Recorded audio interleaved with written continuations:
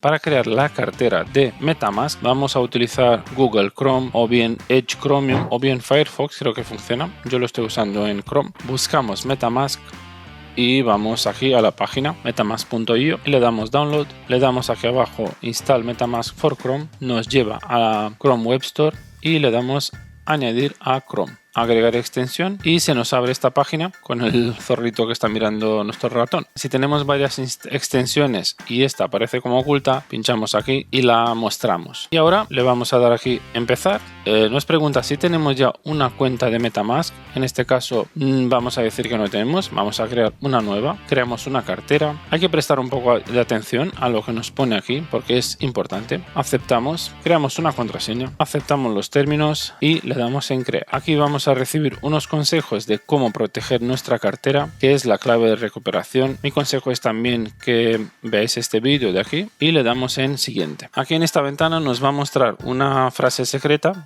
Va a ser la única forma de acceder a nuestro wallet si queremos configurarlo en otro ordenador, en otro navegador, etcétera, ¿no? Yo le voy a dar en revelar la clave porque simplemente estoy haciendo un vídeo didáctico, ¿no? Pero esta clave es muy importante que lo guardéis en un sitio seguro y que no la digáis a nadie.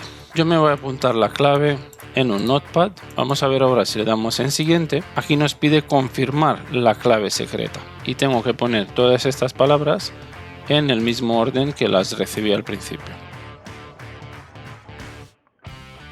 Una vez completada, le damos confirmar y ya tenemos configurado nuestro wallet de MetaMask. Le damos en todo listo y nos ha creado la red principal de Ethereum.